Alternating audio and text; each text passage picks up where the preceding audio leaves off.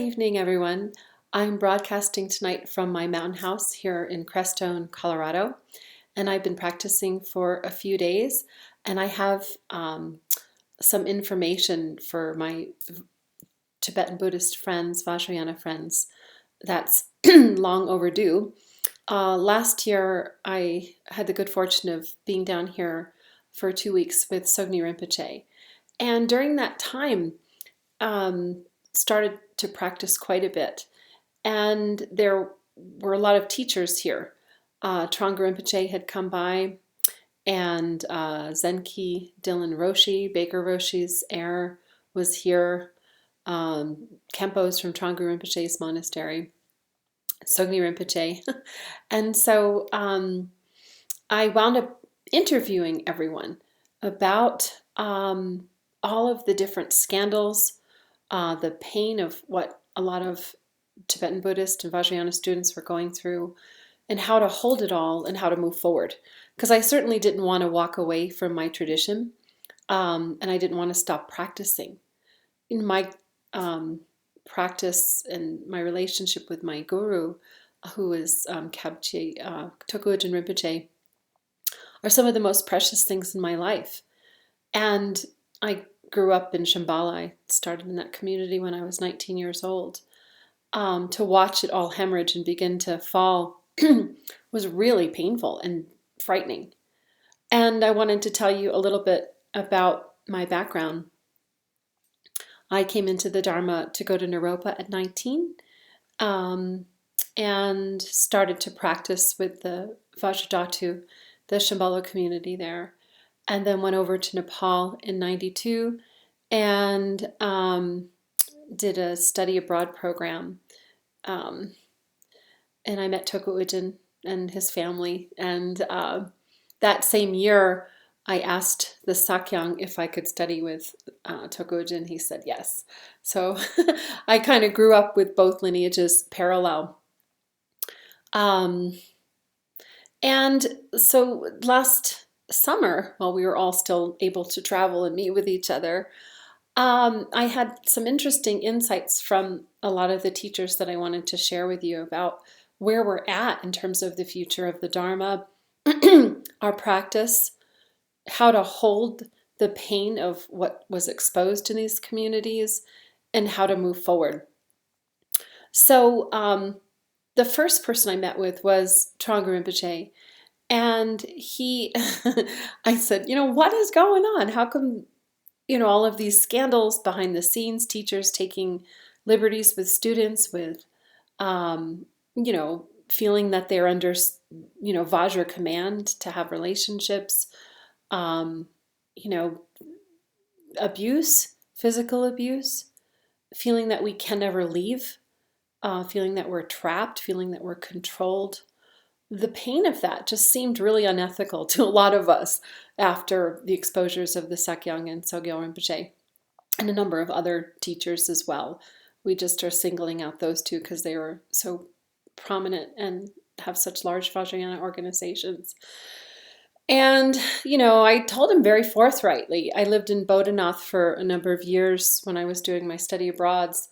And I dated a monk from one of the monasteries. And he says, there is physical and sexual abuse that you don't even want to know about. It's all pervasive. It's not like the Catholics where it's like an anomaly. I mean, the sexual abuse in the monasteries is pretty much, all day, every day.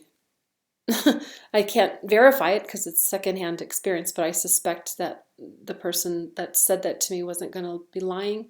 So I went to Thrangu Rinpoche and I said, what is this? We're supposed to take refuge in you, have pure perception, and yet all this dark stuff. How can I told him I stopped practicing for about a year or two and was frightened and was crying. And I had to even seek counsel with cult theorists like Steve Hassan and some of these like Iska, I think they call it. Just to parse out like what is going on. What are my vows? What's my relationship to this? How do I, move forward in my life? Because it's so important. I remember when I got married, I told my husband a little bit like what Trungpa told to his wife, the Dharma is most important to me. And at some point I might do 3-year retreat. And whatever my teachers say is what will happen in my life. And that's a very ironclad commitment that I have prior to meeting you. So I take this stuff seriously. And Thrangu Rinpoche, so I came to him with this giant, mass of sadness and confusion and wanting him to provide some answers. And all he says, he looks at me and he becomes kind of a little bit wrathful. And I was talking about scandals and sex and power and control and debauchery and Tibetan lineage fighting and, all kinds of stuff like what we've been talking about for a few years. And he looks at me and just becomes really wrathful and says, "That is not the Dharma." And that transmission in that moment sort of stopped my mind. And then he said, "Okay, you can go." And that's all I needed, was just that kind of like, okay, so we have on one hand things that have been around in human society. I talked to Tsoknyi Rinpoche about it, and he says, yeah, even at the times of the Buddha, the monks were not able to keep their Vinaya vows. I don't know if the Vinaya was existing at that time, but they were, and I think the Buddha's brother tried to kill him. So, I mean, even upon the inception of Buddhism, there was violence, competitiveness, sexual misconduct. And so looking back at the history of Tibetan Buddhism, you've got a lot of sectarian warfare. Rinpoches, people are supposed to be worthy of reverence and refuge, are like fighting each other, burning down each other's monasteries, the Gelugpas and the Kagyus. I mean, it's a pretty vicious culture, vicious history. And what I was talking about with both Tsoknyi Rinpoche and with Thrangu Rinpoche is that's the human realm. Human beings who slip up with sexual misconduct, power, control, sectarianism, warfare, murderousness, people go missing. All that stuff is within the realm of humanity. And then we have the Dharma. And so what I started to see is the Dharma is what the Buddha recognized when he attained enlightenment. And that is a solace. It's a refuge. If anyone's received Introduction to Mind Nature, it's Vajra. It's it's indestructible. It doesn't get stained. It doesn't increase or decrease no matter what human beings or the phenomenal world can pop out. So you have this Vajra mind, and then you have the world of human samsaric manifestation. Even if the samsaric manifestation is still being held by the teachers or the monks, that's still in the realm of obscured. So where I think, I discussed this with Tsoknyi Rinpoche, where I think we're all kind of confused is we've conflated the Dharma and the Vajra mind and the indestructible, enlightened, awakened mind with samsaric humanness. So you don't want to combine the two. You want to make sure that they're separate. One is the way out and one is the circle. So, what a lot of us have done when we have discovered and felt pain by mistrusting our teacher or having power and ethics issues in our sanghas is we've just thrown it all out. We're like, oh, it's stained. We just go right into either pure or impure and just walk away. So everything that we've done, all the relationships we've had with our teachers, all the relationships we've had with our sangha, everything is just flushed down the toilet and we've lost faith. And, Thrangu Rinpoche and Tsoknyi Rinpoche helped me to sort of see that we can still practice. And these practices are still really powerful and really transformational and really worthy of refuge and able to cultivate our minds and our hearts. So why would we throw out something that's been of benefit to us that we spent a lot of time investing in just because of the human stain and the human debauchery? So that's always been my perspective with this. About 10 years ago in Shambhala, I was the webmaster, and I started to see them contract in terms of their community. They were wanting people to do these Dzogchen teachings, which were very esoteric and very secret. And it was a particular lineage from Trungpa called the Scorpion Seal, a Dharma that he had received. And people started to take those practices very seriously, and the Sakyong wanted people to go very deep because of the subtleness of these practices and the power and the efficacy of them. So he wanted people to make a commitment to that practice and go deep. But then the whole entire community kind of globally started to, there was like this loyalty question, like, oh, who's doing the Scorpion Seal, and who's in, and who's committed to the Sakyong. We stopped allowing other teachers to come, and the community began to contract. And me as the webmaster, I'm like, I could see people's membership, decreasing. And I started to write letters to the board of directors and the president and the Sakyong secretary saying, this was like in 2008, 2010, hey, the decisions that we're making are causing the community to contract. Some other secondary sanghas had started Reggie's group, the Rime Society. And I said, if we don't stop this, we're hemorrhaging here. The whole thing is going to fall. And people started to become kind of like really exclusive and unkind and creepy. And I just felt in my heart like, wow, this is all going to take. I could feel it like 10 years before it happened. But nobody listened because you're not allowed to question in these systems.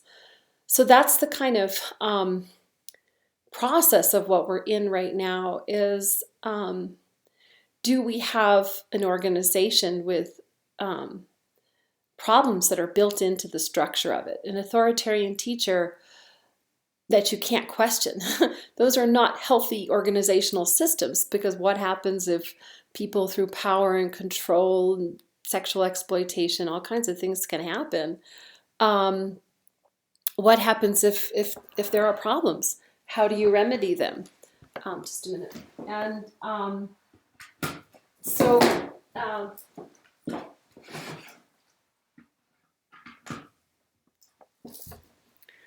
those were the questions that we were asking. And, anyone that would be in these organizations would try to meet with the board of directors and talk with them. And those types of conversations generally weren't welcome. And then it turned out that, as been exposed, there's a lot of like ancient teachings that the teachers can use sex, they can use power, they can use wrathful methods to wake students up. And that's all well and good. I mean, Tsoknyi Rinpoche had me jump in a cold lake once. I mean, I was frozen and I did it, So I don't have any problem with doing what the teacher says, jump off the side of a building. But that can't be, again, misconstrued or conflated with abuse. And that's, I think, where the problems lie, is that the teachers, they have qualities when they give empowerment of being completely fruitional. And at that moment, they're a conduit for the enlightened mind of the Buddha. But 5 minutes after they're doing the empowerment, the teachers can have human foibles and flaws. And we have to be realistic about that and practical. We can't say that everything, every moment is a manifestation of light and purity. Yeah, on an absolute level, that's true. But on a relative level, if the teachers are, wanting to take liberties with students in terms of sexuality, or in terms of they feel angry, so they feel like they're going to hit their student because that must be pure. There's some really big problems with that. And then all the secret conduct, the Kumari practice, which is still practiced to this day, the sexual abuse of almost all of the monks systematically in the monasteries, and how that's a culture there is a really big problem. I mean, I'm not in every single monastery, so I don't know what goes on behind closed doors, but I'm suspecting from what I've heard that it's a problem. So we have some huge problems in Buddhism and Tibetan Buddhism, and they're like structural violence. It's how the architecture of the communities are structured. And when we do the best we can, I mean, human beings are imperfect. We are subject to passion and aggression and power and control. And, at the time of Gampopa, we started to institutionalize these practices, and teachers took these roles, and they basically developed what I see as like formula stores, competing businesses. They took the fourth moment and they kind of turned it into a Starbucks. And it's nice and it's pure and everything, and I'm glad they've upheld the Dharma, but there's a problem with it. The Buddha had people sit and simplify, and there wasn't, a big business to run and mouths to feed. It was very simple. And I think we kind of created this giant titan, this monstrosity of institutionalization, gold gilded things that are not necessarily what the Buddha had in mind. Human beings do that. And, so how does that relate to us as Vajrayana practitioners? Where are we at now? What do we do? Where are our vows? What meant anything? I feel that for me, I can't possibly throw it all out because, these instructions become part of how you see the world. It's a very subtle relationship you have with your own self, your own inner guru. My guru passed away in 96, but I still pray to him every day. And I think of him just like space or a wisdom part of me. But I can't break that connection, nor would I want to. Nor do I want to stop all these practices. I have all kinds of practices I still do every day, and and I don't want to stop that either. So can we hold both our samaya, our commitment to ourselves, our awakened heart, our practices, whatever gifts our teachers gave us, and also very forthrightly, firmly, and bravely say, hey, you guys got to stop this stuff that's inappropriate, stuff that really is truly under the realm of misconduct and exploitation. And so, the result of what Tsoknyi Rinpoche and I discussed was the Westerners make a mistake by deifying a human being. And the moment that they show human foibles, like alcoholism or violence or tempers or whatever, we lose complete faith. We want to write all kinds of books and we exit. And so we think, we're in a cult and it's time to get out. So we have this kind of black and white way of seeing the world. We feel like we're in spiritual betrayal. All is lost.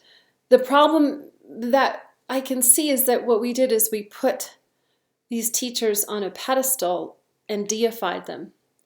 And they're all that, they're happy to take on that role of pomp and circumstance and brocade and flowers. They love to be bowed at and treated like, some divine brouhaha. Who wouldn't, you're right? So when we deify a human being, there's a problem. That doesn't mean that they're not pure or spiritual or sacred, or especially during empowerment, there's a completely fruitional moment that those of us who are involved in Vajrayana Buddhism, we really remember is real. That is real. It wasn't mass hypnosis. There's just a very potent power to our practice and to this lineage and to our tradition. I don't think that should be snuffed out or invalidated. But the teachers themselves, so the problem with the Westerners is we're conflating that original teachings of the Vajra mind with the human stain. Don't conflate. Secondly, the teachers can't have this sort of sales pitch to try to get students and maintain power that they're the Buddha. Any more than any of us are. They can't put themselves in this exalted role.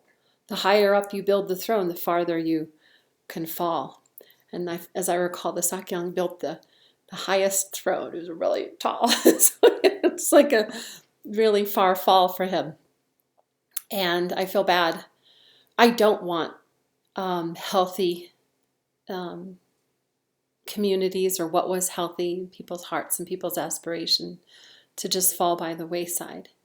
So I think during this time with COVID, we can all go deep, take some retreat time and really think about all these things that have happened in the past few years. Ask ourselves, like with a completely fresh mind, no thought of any type of doctrine like the realms or Vajrayana vows or, any type of conjure, tenjure, just none of that. Just like, who am I? What is in my heart? What is my truth? Where are my ethics? What light can we shine forward? What can we co-create together once we're all able to meet again? What are we creating online? So maybe all these giant, mortgages and centers and businesses and competing Dharma centers and who's going to go to this teacher and that.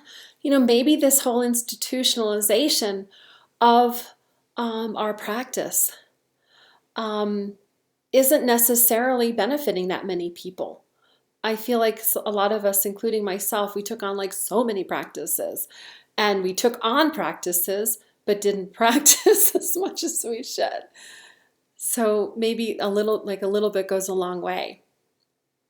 Maybe if we're just to go really simple and just try to be clear and open-hearted and do something of benefit, that would be a good use of this life.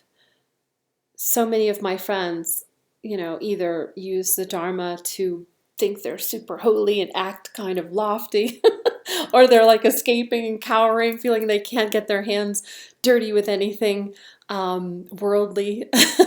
So I think too, ego, right? Ego is like you build yourself up in terms of thinking you're spiritually superior, or you just cower and use the Dharma to escape, like the opiate of the masses. So credential or escape are not in line. And unfortunately, myself included, that's how we wore the ornament of the Dharma. So I would say it's time to kind of start really fresh and sort of flame throw all the stuff we've accumulated, all these concepts. And it's just so much complication. And just go right back to the core of who we are. What is our mind? Where is our heart? How to become clear conduits for something that's wholesome. And that natural expression can benefit others because you're clear. You're not so upset and disturbed or escaping and all kinds of weird things that we do.